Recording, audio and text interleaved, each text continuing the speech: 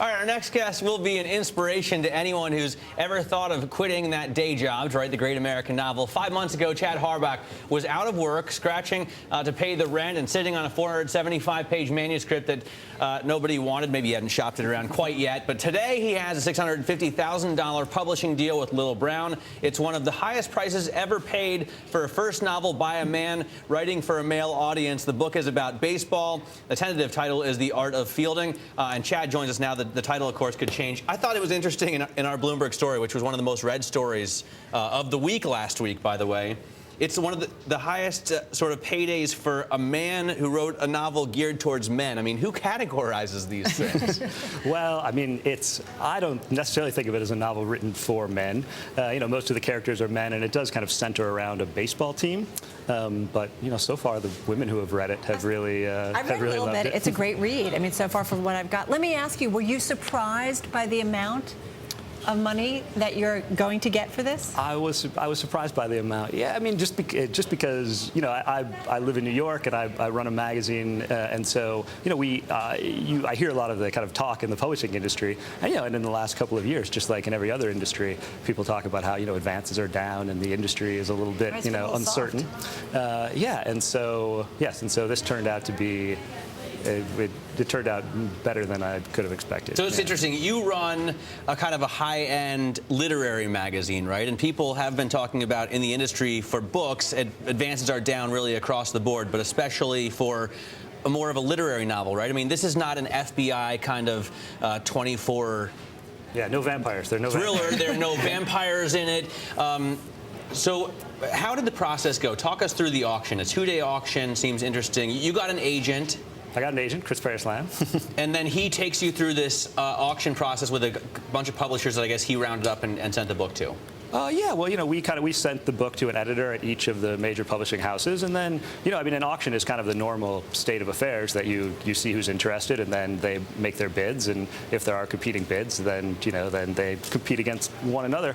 It so happened that luckily we had several interested parties, and so so that we were able to have and some who even bid more, by the way. You chose this editor for a different reason. It wasn't the highest bid that you got.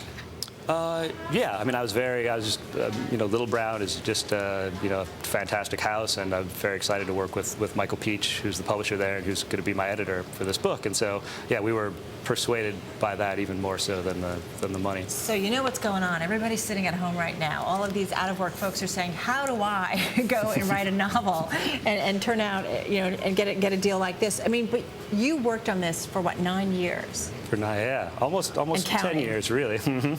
How did you get to this point? I mean, was it something that you always wanted to do, and why baseball?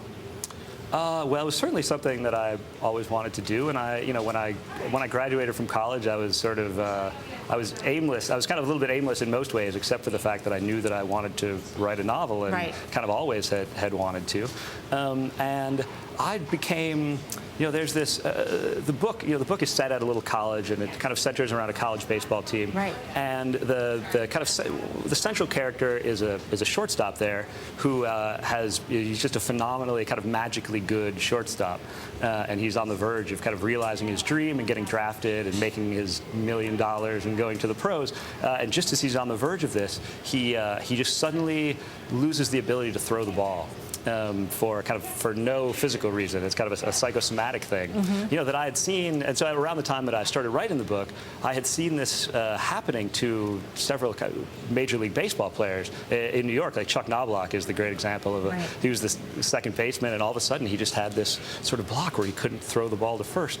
And this just struck me as a very kind of rich topic, because I feel like a player in those circumstances is going through something that's analogous to what an artist goes through, but they're doing it, or what all of us go through in these kind of private moments of crises. Wait. 5 seconds? Any movie rights being talked about? Just quickly. Well, not yet. Okay. And it's fortunate that you didn't experience that kind of block before you got the book out. Congratulations, and we're looking forward to reading it. Michael Peach, sorry, by the way, the editor, also editor of Infinite Jest, so I'm very excited to reading this.